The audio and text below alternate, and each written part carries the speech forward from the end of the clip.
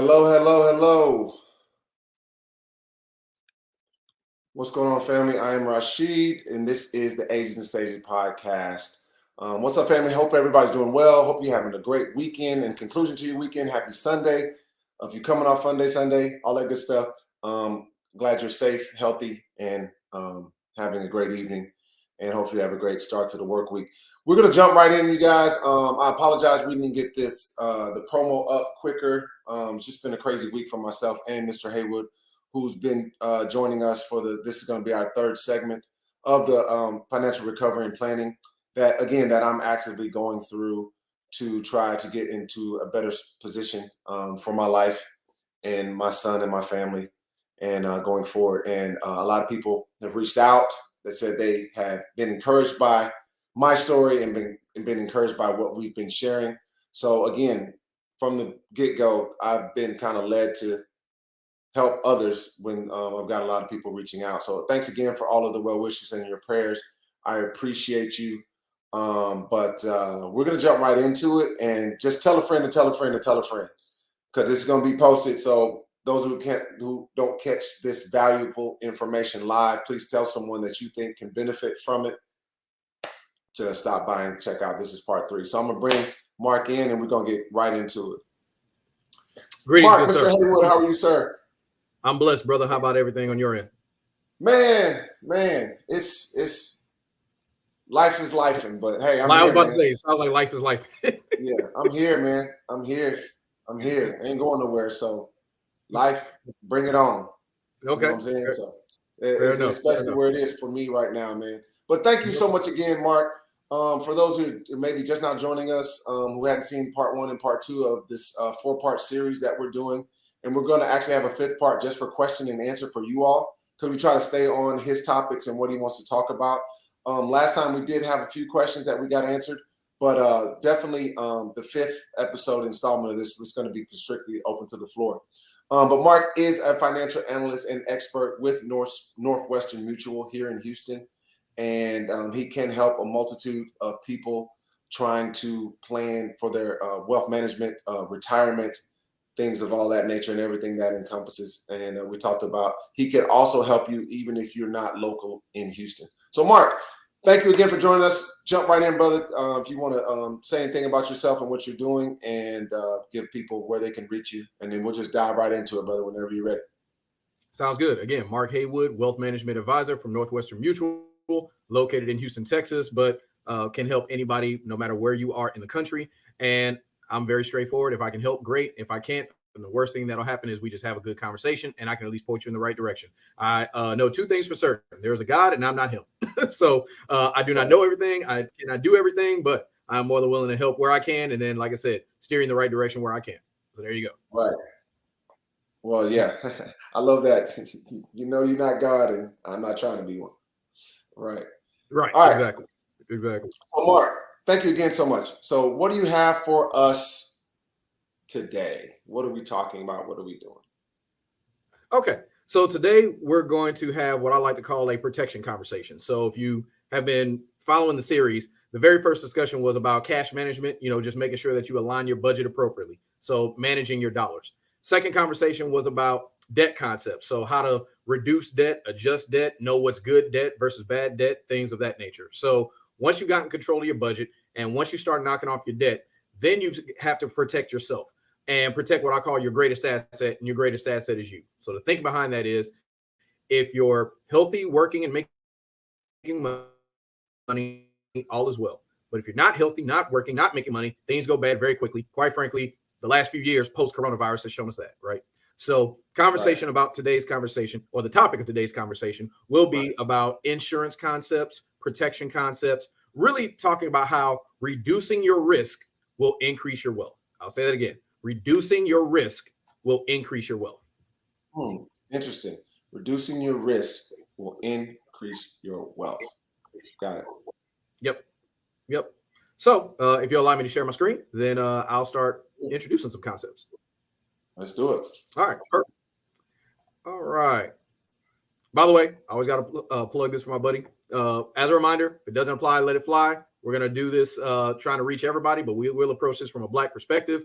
Judgment-free zone, no matter how bad it is. I promise we've seen worse. I am a fiduciary. Everything I say does have to be in your best interest. And there's no such thing as a free lunch or free game. It takes time, energy, effort, and resources to put this podcast together and this video presentation together. So to honor the efforts, simply ask that you like, subscribe, and follow Rashid and everything that he has going on. And as he said earlier, if you find this helpful, please share it with someone else. That's it.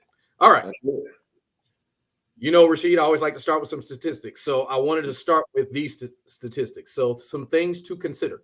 Were you aware of the fact that if you look at the baby boomer generation, as they pass away, they are going to then transfer assets to our generation and the generations to follow. And it is estimated that between 2007 to 2061, there is going to be $59 trillion worth of wealth transferred. Were you aware of that?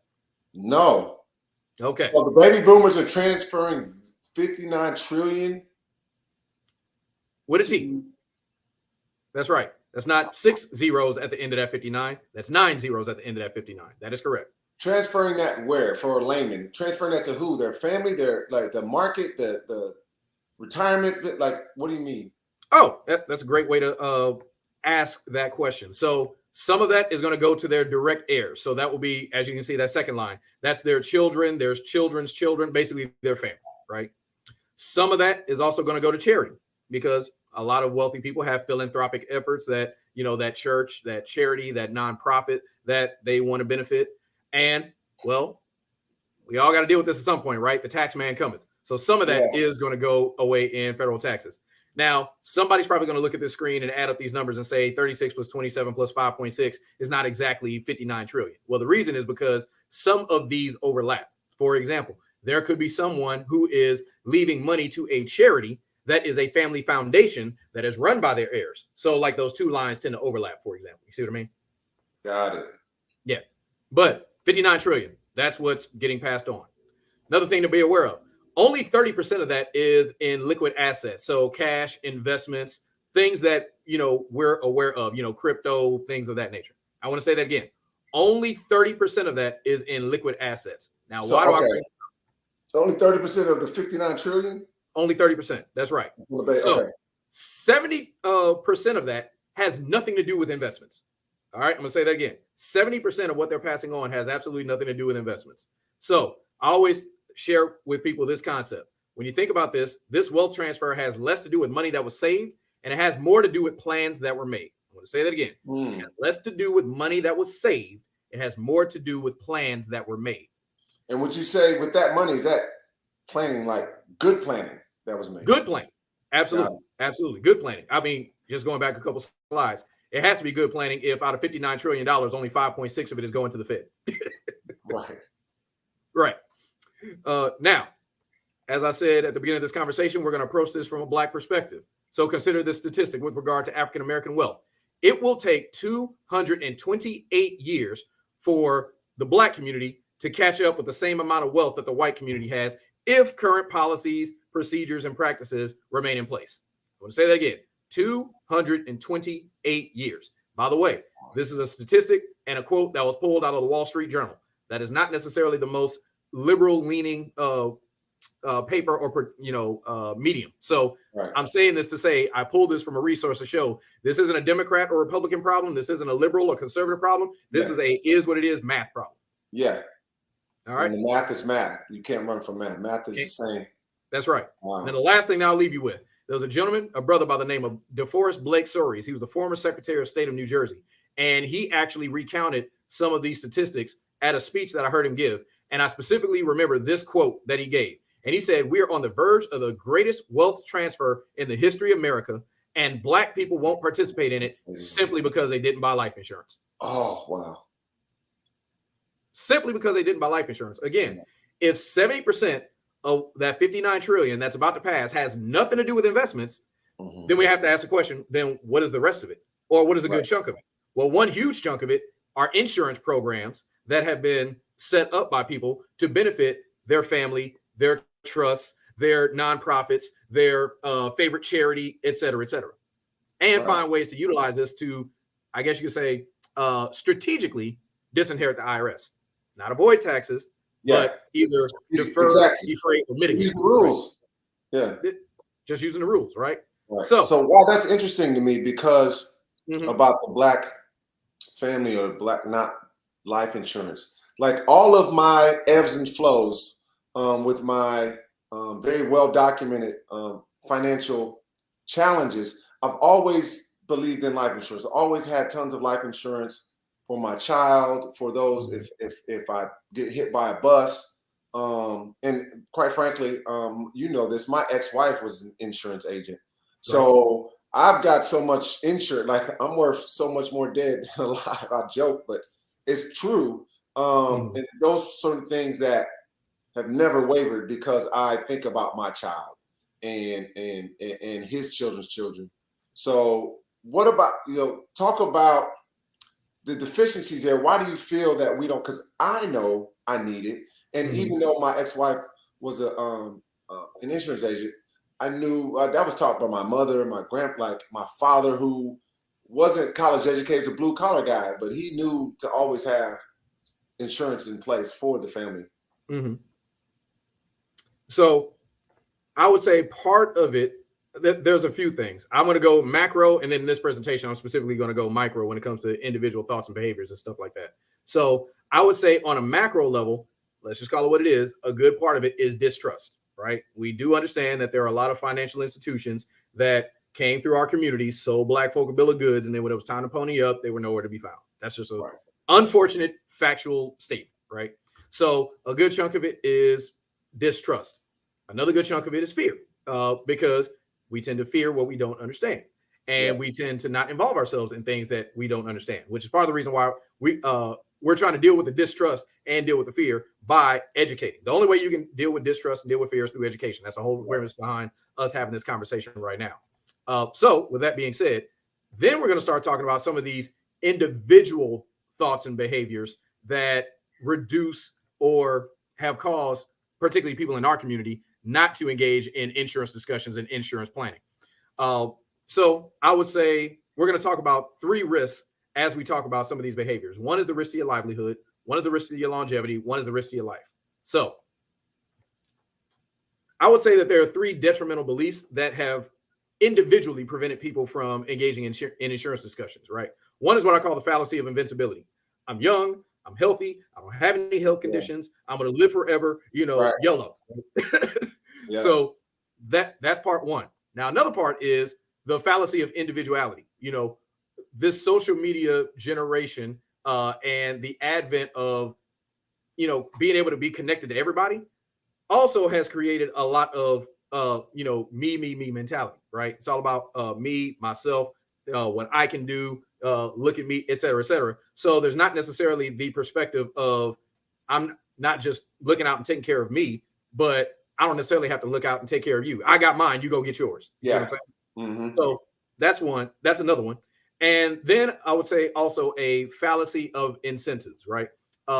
We have certain things in our lives that make us think that we don't necessarily need to do insurance planning. You may have a whole bunch of money in the bank. You may have your investments. You may have, uh, mom and pops that you can lean on and, stuff like that. So I would say those are some of the what I call the more individualistic thoughts and behaviors that prehinder or that hinder and prohibit us from engaging in these insurance discussions. Now, that being said, I always say that you can challenge preconceived notions and behaviors simply by battling it with facts, right? So let's talk about invincibility. If you just look at the numbers, here's an interesting statistic. You're actually 2 to 3 times more likely to get ill, injured, or disabled and not be able to work than you are even to pass away. And even just with my company, we actually ran some numbers to see of everybody that had a disability claim because they could not work because of some medical issue or something like that. Well, what did those buckets fall into? A third of it was musculoskeletal. So they sustained a broken piece of their body or injury to like a muscle or something like that, right? But I also want to point out some of these other ones. Notice that the second largest one is 19, malignant tumors. Let's just call it what it is. Cancer is something that knows no race, knows no creed, knows no gender, knows no sexual orientation, does not care if you're Republican, Democrat, or whatever. Cancer tends to hit everybody, right? If I ask people that are listening, I'm sure everybody on here can think of at least one person in their life that's been affected by cancer. For Everybody, sure. right? So that being said, what I also want to point out is that some of the things that are on this list are not necessarily illnesses or diseases. I want to point out the next largest chunk of this, if you look at bottom right, is mental disorders and substance abuse. And by the way, we ran these numbers based on 2011 to 2013. Since then, we've had an opioid crisis. I'm pretty sure that number is larger. Gotcha. Right. So mental disorders, would that also things would encompass in that? Is that like as far as like even as far as like depression, anxiety, things, all that would fall into that type of mental health as well with the mental disorders, right? Absolutely. And this is becoming even more prevalently studied because of the pandemic, right? There was a huge spike in mental health issues because everybody was stuck in their house and couldn't go anywhere. So the only thing they could do was get up, log onto the computer, go to work, and go to sleep, right? Because we were lacking that human interaction, depression went through the roof, anxiety went through the roof, things like that. So there were a lot of people who honestly just got burnt out and had said, matter of fact, I'm actually having a conversation with a prospective client right now who literally told me, hey, the only reason why I'm not working right now is because I just got run into the ground. I am just tired and I needed to just take, a mental break. So I'm on, FMLA right now for the next 3 months. That's a real thing. And a lot of people don't think about that. Right. And then also having, when people I'm sure a lot of people can identify with this, when you're in a depressed state or you feel overwhelmed, you shut down, you don't want to do anything. So that means even the will to work or the will to be present at your job or your employment, because you could physically be there, but not mentally. And then that what overall affects your bottom line, and then overall affects you wanting to explore or pour into other things and be aggressive and be thoughtful about those things, because you're just so over it, it just kind of shuts you down. Absolutely. So I can see why that, and like you said, that's probably a higher percentage if you redid this study. Absolutely. Absolutely. I 100% agree with you. Now, let's talk about that consideration of, hey, you know what? I just need to take care of myself. Well, for anybody that's starting to have children or has children right now, what we're starting to find out is that, remember how the thinking used to be that, you turn 18 and you're on your own. You leave the house, you're an adult, you go do your thing. Maybe you go to college for a few years and, you quasi live on your own because you're like living in the dorm, but you're still kind of leaning on mom and dad. And then you graduate, get your first job, get your first apartment, et cetera, et cetera. Here's an interesting set of numbers. No longer are people just automatically, finishing high school or finishing their undergraduate degree and just leaving the house. Matter of fact, for the first time in more than 130 years, Americans ages 18 to 34 are more likely to live with their parents than in any other living situation. And that includes 36%, of Black millennials who are living at their parents' house right now as we speak. Now, do you have the numbers? Because we have these discussions, like barbershop type discussions with my buddies. And we talk about other races, creeds, and backgrounds. And do you know the numbers of the amount of our counterparts from other races in these numbers? Because oftentimes when we talk about, it seems like, now it's from our Black perspectives, that's what we know. It's like Black folks, yo, you got to get out of my house at 18. You gone, da-da-da-da-da. We're forcing them out of the house. You got to go, you got to go. I need my house back, blah, blah, blah, blah, blah. But we're forcing them into debt, into financial like turmoil, and just go, you got to go. When other races, I'm going to keep you in here. You're going to do this. You might even get married for the first year you live with us. I'm going to help you put this down payment on the house. We're going to, the family going to stay here until you're on your feet and out of debt. That's when you go. I'm not going to throw you to the wolves. And do you see that more prevalent in the Black community? Or is that just our perspective? That's all we know. I would say it's more our perspective is all we know, because if you look at the numbers above that bottom line that talks about Black millennials, you'll see that these numbers are pretty close in virtually every other demographic, where you look across all races, whether you look at men and women. Ironically, men are staying at home with their parents longer than women are. Dude living in his mama's basement, So again, it's about a third. No matter how you slice it, virtually every demographic, it's about a third. Got it. Okay. Yeah. Also, something to also consider, right? About 39% of mothers over the age of 45 are helping to pay for their kids' housing costs.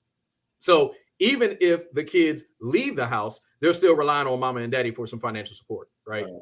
Also, look at these numbers. 17% of parents are paying for their kids' Wi-Fi, 12% are paying for their streaming video, their Netflix, Hulu, Spotify, Apple Music, et cetera, et cetera. Also, I feel like I read somewhere where it was talking about some high percentage, like 25 or 28%, are still paying for their kids' cell phone bill. So my only point behind bringing all of this is that we're not as independent as we would like to think. We're all interconnected. And if we are relying in any shape, form, or fashion on anyone else, or more specifically, someone is relying on us for financial support, that means that if we go down and we have no income, we can't support them. Not only are we affected, but then the people that are relying on us are affected. Main premise behind bringing up all this up. Also, remember how I was saying that a lot of people feel like, well, I've got, this money over here, or I've got specifically these company benefits over here. They think they're 100% protected. I don't need anything else. Well, let's talk about what happens if you go down and you can't work. Some quick highlights. Number one, your short-term benefits don't kick in for 30 days. So what are you going to do for that month that, you may have an issue with having income? Right. Then your long-term benefits don't kick in for 3 months to 6 months, right? And usually what happens is your short-term benefits are 80%, and then your long-term benefits drop down to 50 to 60%. Now, I always ask people this question. If your income got cut in half right now, what happens? Yeah. Most people can't live on half of their income. That's just a factual statement. Right. It's not a judgmental statement, just a factual statement. Right. Like you said, life is life. And post-pandemic, inflation has spiked. Everything's more expensive. Very few people can live on 50% of their income, right? And even the benefits that you tend to have through your job, they are taxable. I'm going to say that one more time. A lot of times, if your employer is providing you benefits, they're paying for them. That means that when you have to pull those benefits, they're taxable to you.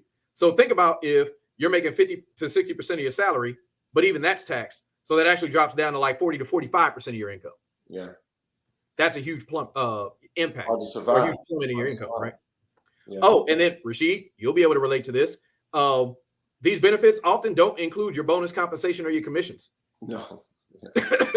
So if you got, people that are highly compensated because they're like base plus bonus. So I make a decent salary, but I also make double my income based on, overtime or commissions or bonuses. Then none of that is covered, right? And also your company tends to reserve the right to deny, challenge, or reduce your benefits if you can work in any other capacity besides your current occupation. I literally have a client who was declined her disability, which affected her eyesight, so she couldn't work on computers. So she filed for disability. They declined her because their argument was, just because you can't work at our computers doesn't mean you can't work in our call center. You can hear just fine. Oh, wow. Right. Yeah. So I always tell everybody, it's good to have those incentives through your job. It's good to have those benefits through your job, but often they are not enough. So what is the solution? See about getting some supplemental stuff outside of your job. Specifically, we're talking about disability coverage. Find something that can supplement the gap that they don't cover, which is usually 25 to 40% of your income. Beautiful part is that if you pay for those benefits, they're tax-free, and do your best to try to get an own occupation definition. Own occupation means that if I can't do my job, even if I can do, a paper route or flip burgers, deliver newspapers, deliver pizzas, I still get a check. Right. Right. Okay. And here's the biggest thing. If you recall, our initial conversation talked about aligning your budget, right? We talked about that 60, 20, 20, right? We said 60% should be focused on your bills, 20% should be having fun, 20% should be invested. Well, of that 60%, you can usually get this supplemental coverage for less than 5% of your money. So I always say that you're basically carving out 5% of your income to protect the remaining 95% of your income. Got it. Okay. All right. So that's one risk, right? Let's talk about another risk, which is the risk to your longevity, right? The risk to your faculties, your finances, and your family. So hate to have these types of conversations, but again, this is an eat your peas conversation, so we have to have it, right? Rashid, how familiar are you with, grandmother, grandfather, they get older, they can't take care of themselves. Now we have to start having that conversation about who's going to take care of mama and papa. Right? Yeah, I had to go through that. My mom had to go through that, and I was there for that whole time. Who goes in a home and who tries to keep them at the house and this, that, and the third, and what money are you using? Do you hide certain assets so you can get a lower insurance, like premium to pay? Well, how much will insurance pay for? Like, it's all kinds of stuff. So, and I have a buddy of mine who's a caregiver for a very relatively young mother, but she had dementia at a very, very young age. She was like late 50s, and he's been taking care of her, and he's had to do jump through so many hoops to get her care covered. Right. So, factual statements, right? In 2007, it was estimated that over 50% of adults over the age of 65 will require some form of extended medical care. And post 2017, that number has jumped from 50% to 70%. So, here's what one of my mentors told me. He basically said that if your mother and father are still alive and they're over the age of 65, then one of them is going to require long-term care at some point in time. Yeah.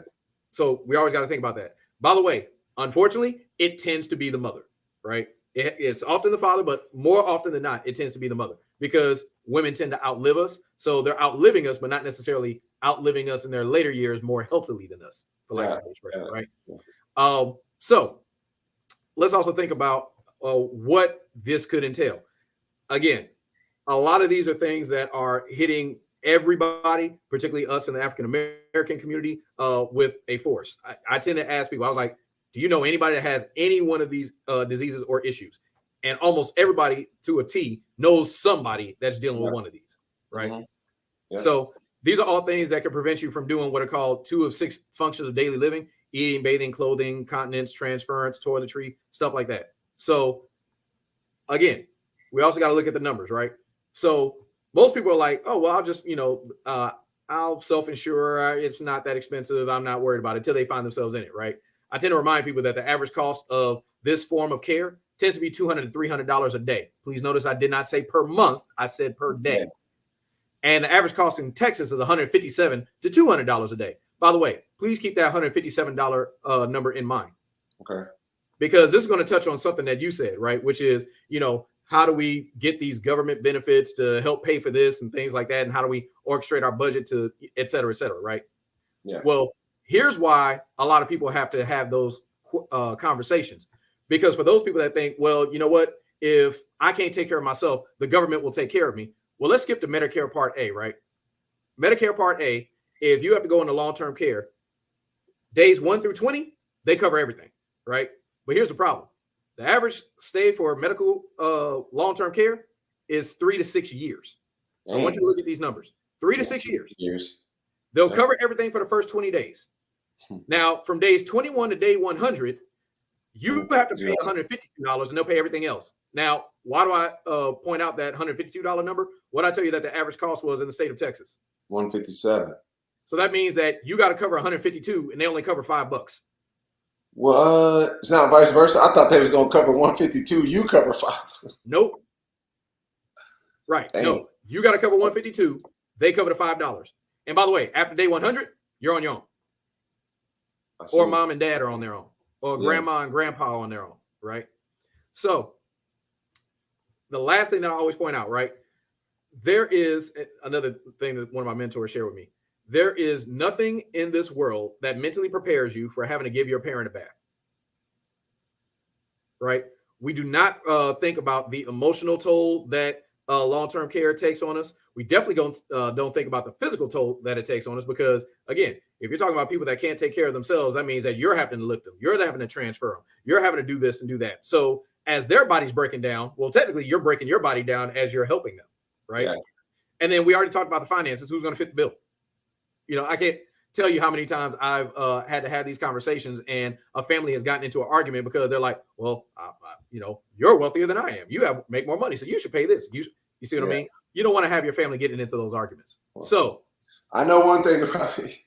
I've heard about those things. I ain't got nobody to argue with but me in the mirror. Mm-hmm. So, it's all on me. And then like the guy that I was telling you about was also an only child. And he talked about, man, the things he had to go through. And his mother has since passed. Mm-hmm. And but the emotional toll, the mental toll it took on him, and without receiving any help, because he was the only one there. Right.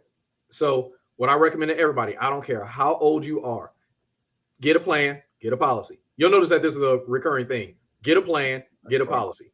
With regard to this, you can get long-term care coverage. And the younger you are, the way cheaper it is. Beautiful things about this, it can help fill in the gap that is not covered through Medicare or Medicaid.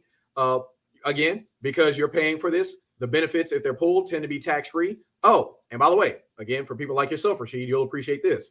If you are some form of a business owner, like you have a C corporation, or sometimes even if you have an S corporation, or LLC, depending on how you have your tax structure set up, then what you pay on your policy could be in some form tax deductible, and the benefit that you pull is tax-free. So in other words, the government wants to incentivize you to get these plans and make it tax-free on both ends. Matter of fact, this is almost like the only area of the tax code where you can get a tax write-off on the front end and tax-free benefits on the back end. There's almost nowhere else in the tax code you can do that. Sure. Wow. So when you say people need to do this now, regardless of age, and it's basically you're mentioning like what type of policy? A long-term care coverage policy? That is correct. Is there different variations of that? How broad is that? Should people get started at, let's say if you're a younger person, did you get like something more minimal? And then can you grow into something more like on a grander scale? How does that work? Absolutely. Yeah. I would say the younger you start, the better off it is. The reality is most people aren't going to have these conversations or start thinking about this till they get into their 40s. Because to your point, once you get into your 40s, that's when your parents start getting older. And once you notice that they're starting to have these issues, you're like, oh, you know what? I probably need to start planning for this for myself so my kids don't have to deal with this. So usually 40-ish is around the age that most people start looking into this. And I would say, you don't have to get the biggest Cadillac plan. Start small, do something, right? Yeah. And also understand that the younger you start, you also have the opportunity where there's a lot of insurance companies that do what I call hybrid plans, where it's not just a pure insurance vehicle, but it also builds cash inside of it, so that if you don't happen to need it for the long-term care, it can be something that you can cash out of in the future and utilize that for retirement or an emergency or something like that. So again, there are some plans where it's not just road insurance, but you can also build a cash accumulating component to it. So I would say, again, look into it as soon as is reasonable, feasible, and affordable. That's what I typically recommend to people. Okay. Yep. I like that. Lastly, we're going to talk about the risk of your life. All right. So I always say that living and dying have two things in common. Both cost money and both require money out of your pocket. All right. Well, it doesn't matter what side of the grave you're on. It's going to cost something somewhere to somebody. Unfortunately, if we were talking, and again, we're approaching this from an African-American perspective, right?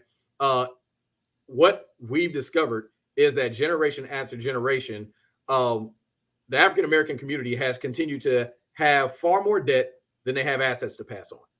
That's just a fact. That's not a pejorative statement. It's just a factual statement.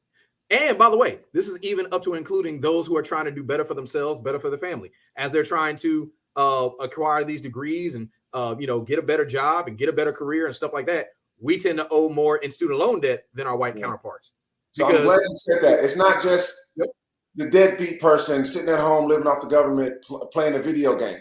Like, it's the people, the guy or gal that's hustling, trying to get these multiple degrees, or trying to grow their business, or trying to work their butt off to try to save for them, to give their family and their children the best life possible.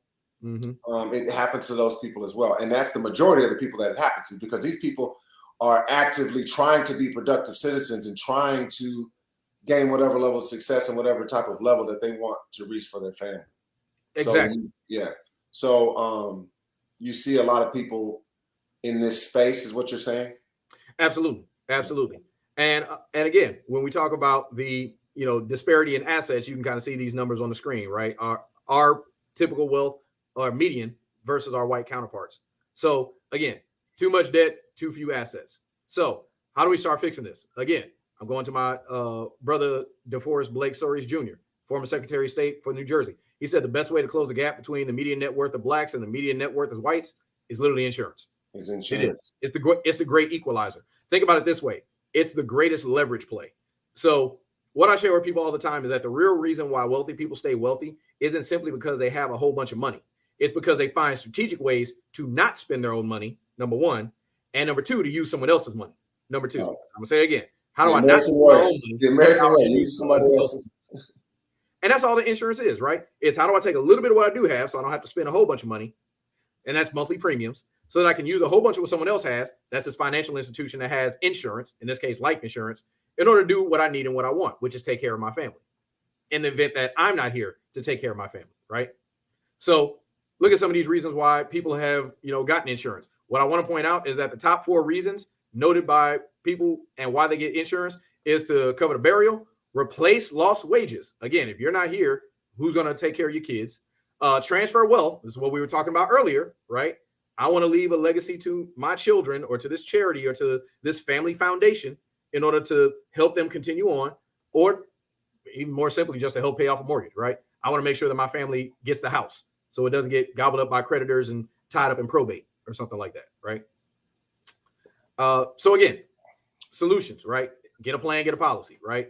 Couple things that I'll make mention of: make sure that the death benefit has immediate vesting. Unfortunately, there are some jackleg life insurance companies out there that say, you know what? Yeah, you get this policy, and if you're alive for 1 year, then 25% of it pays out. If you're alive for 5 years, then 50% of it pays out. If you're alive for 10 years, so find a policy that says that as soon as you get approved and covered, if you die the next day, 100% of it pays out. All right. Right. Yeah. Rule of thumb: get 20 times whatever your income is in coverage. All right.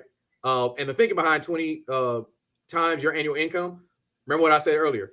Kids are starting to live on their parents' dime much longer than they used to, right? So that 20 years usually is enough to get the kid out of high school, get the kid out of college, and maybe just a little bit thereafter. Now, of course, if you're starting with the kid is at age 0, then at least tries to get them almost out of college. So you want to try to get 20 times your annual income, which is basically 20 years of your income, right?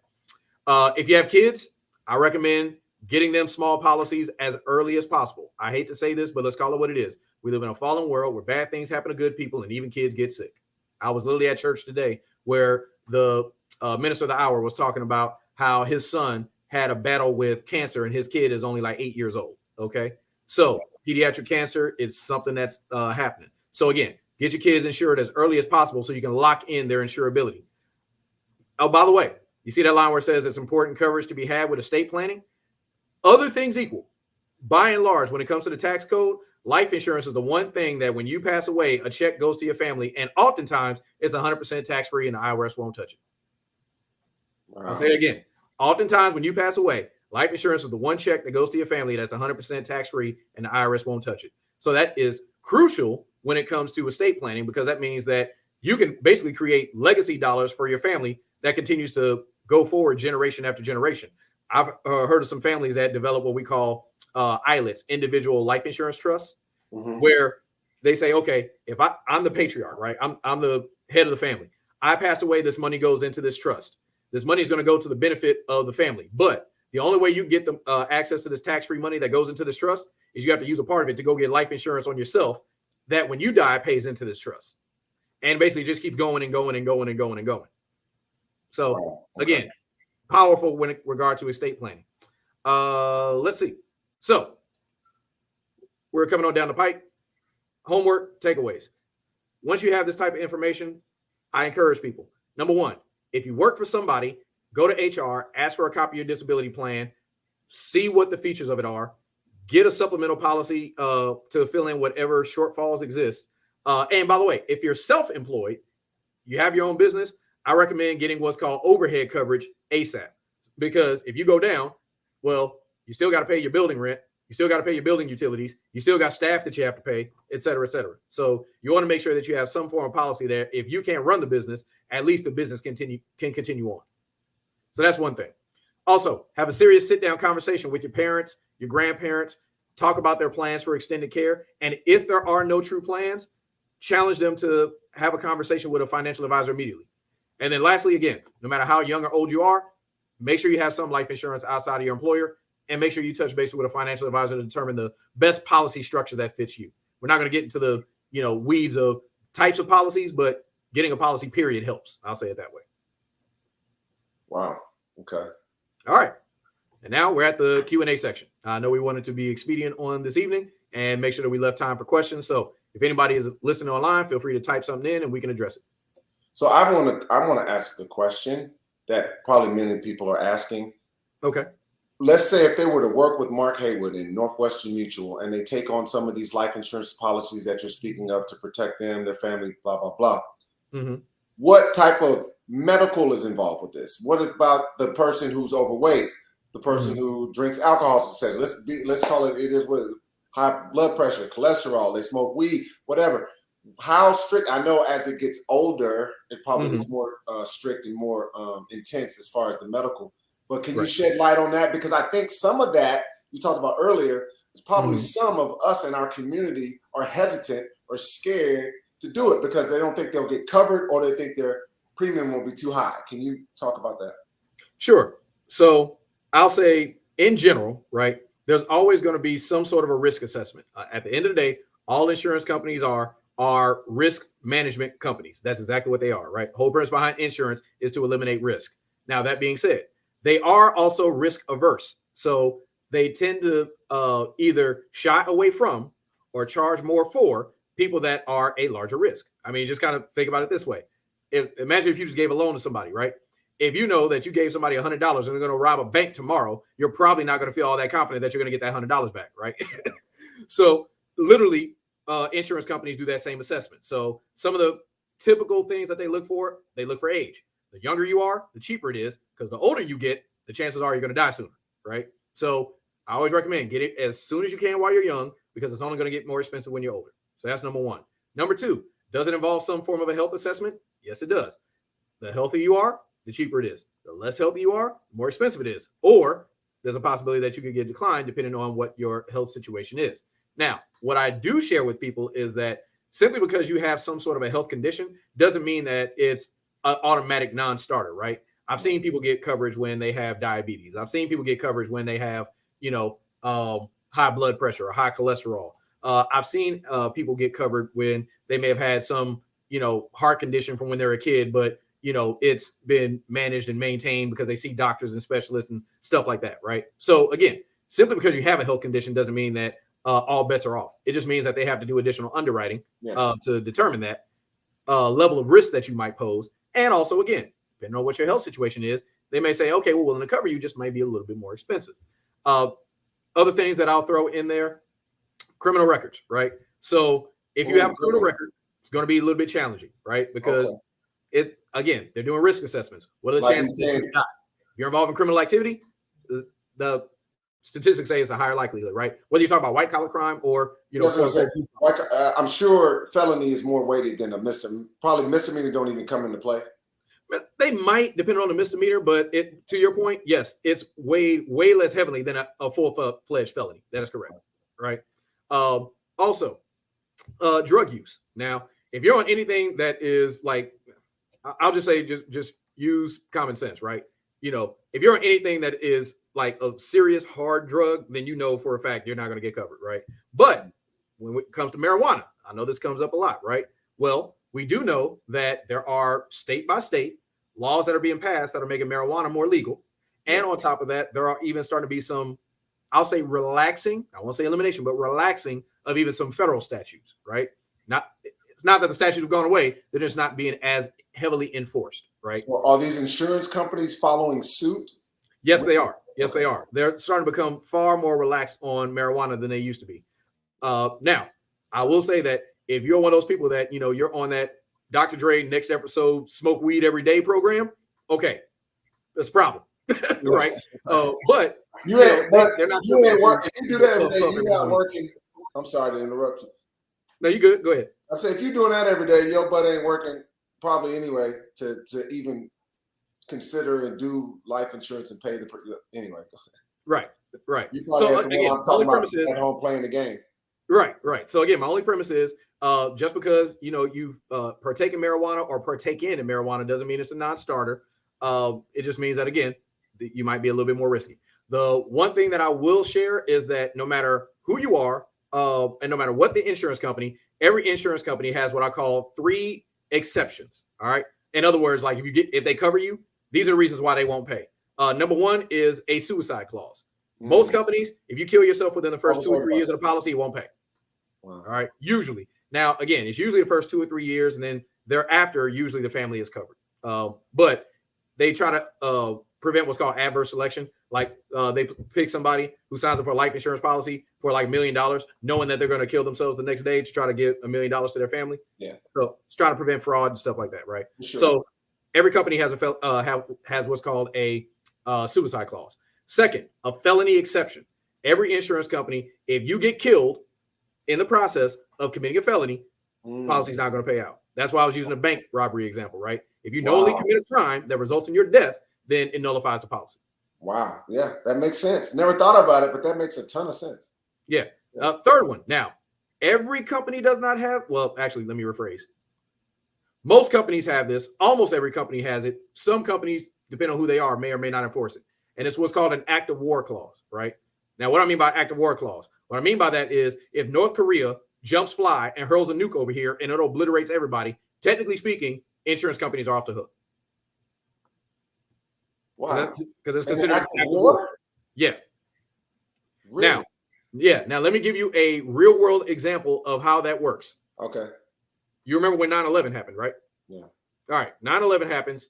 The country rallies around each other. We say, hey, we're going to go get those guys that committed this atrocity. The worst thing that happened is that George W. Bush stood on an airplane hangar and said that Al-Qaeda has declared war on America. Simply by using that phrase, declaration of war, he let every insurance company off the hook who had clients that were victims in the Twin Towers. Yeah, legal wording, tricky thing. So, okay, now fast forward. Those people, did their insurance pay? I know you don't know. I don't know everybody. Now, I know Northwestern Mutual. Did you hear about stories of the people not being paid out for that reason? Mm-hmm. What? Yeah, that is a factual statement. Now, I know Northwestern Mutual, we made payments to the victims of 9/11 because our thing was, we're going to honor our commitments. Matter of fact, we were actually making payments even before they, not to get graphic, discovered bodies or did fingerprints and dental records and stuff like that. As long as they were able to just, matter of fact, we were actually paying out claims without even having a death certificate. All they had to do was just prove that they had a family member that was in the Twin Towers. We did our due diligence to make sure that, that person was deceased. And then we made our payments. That's crazy. I mean, obviously, those don't happen all the time, but they happen in catastrophic measures, and they take out, when we do get something like that on American soil, typically takes out hundreds, if not thousands. That's correct. Amazing. So I always like to just make people aware of that, which is another reason why. Now, again, let's look on the front end, because you're asking what does it take to get qualified and stuff like that. If you are going to a war-torn country, it's going to be hard for you to get life insurance. Every insurance application I've taken, they always ask, hey, do you have any travel plans in the next 12 months? Well, if your travel plans are, next month I'm going to Beirut, hey, you probably aren't going to be able to get covered. You see what I mean? But that leads me to a question, and then we'll answer Nicole Smith's question. You just said something about if you go to a war-torn country, but what if you're just out of the country? Like, are you covered? Like, because I know when I used to be a teacher, a lot of teachers I know took assignments over in Dubai, and they, made this tax-free money. They were living over there. What if something happens? They just die of, nothing of war, and it's not considered a war-torn country. Are they going to be covered? Oh yeah, that's fine. Yeah, usually once you get covered, the policy travels with you, no matter where you are. Nicole Smith, I do see your question. Does it have to be outside of my job? They have extra coverage that I pay for that I opted into, additional to what they give. I would say it doesn't have to be either or. It can be both and. I always recommend, it's good to get the extra that is offered through your job. I tend to recommend get something outside of your job also. Again, we live in a fallen world where bad things happen to good people. You could be hired today and fired tomorrow. You could be working today and laid off tomorrow. You could be doing your thing and decide to quit tomorrow, right? Well, then once you leave your job, there goes all your benefits. Yeah, it's gone. Right. Also, think about it this way. We're kind of in a stage and economy now where ain't nobody really staying on their job 20, 30 some odd years. Right. Yeah, those days are gone. You might stay in this one position or this job for like 2 to 5. Then you're going to make your next move to jump your salary. So most people actually change your jobs every 3 to 5 years. Well, most jobs have a vesting period, that time frame where, you don't have coverage before you get the new coverage. Well, that means that every time you change jobs, you now have to go through that probationary period, which means that there's always going to be these gaps where as you change jobs, you don't have coverage. So I always recommend have something outside of your job so that no matter what's going on with the job, you always have that to go with you. Yeah. Great question, though. Yeah. Cool. Okay, Mark. Well, I don't have any other questions I see here. And if you have anything in closing, I think tonight was really good, really, really informative. as always. But you dropped some gems tonight. Anything you want to close with? I don't think I have anything else to ask of you. No, sir. I'm just going to put my information on the screen real quick. So in case anybody wants to reach out to me, they're more than willing to do so. Oops. Okay. Here we go. And share. Oh, I thought I was sharing my screen. Sorry about that. Oh, you're good. Technical issues. There we go.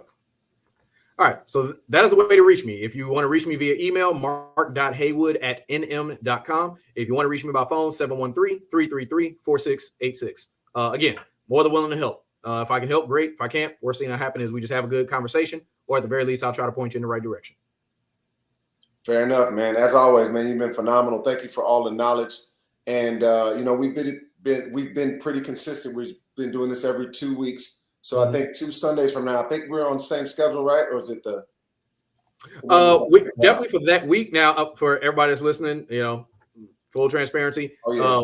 Houston's going to be having a major concert that Sunday. Some of y'all know what that concert is. I'm not going to mention it because I don't want people hitting me up on social media and stuff like that, talking about you going to. Anyway.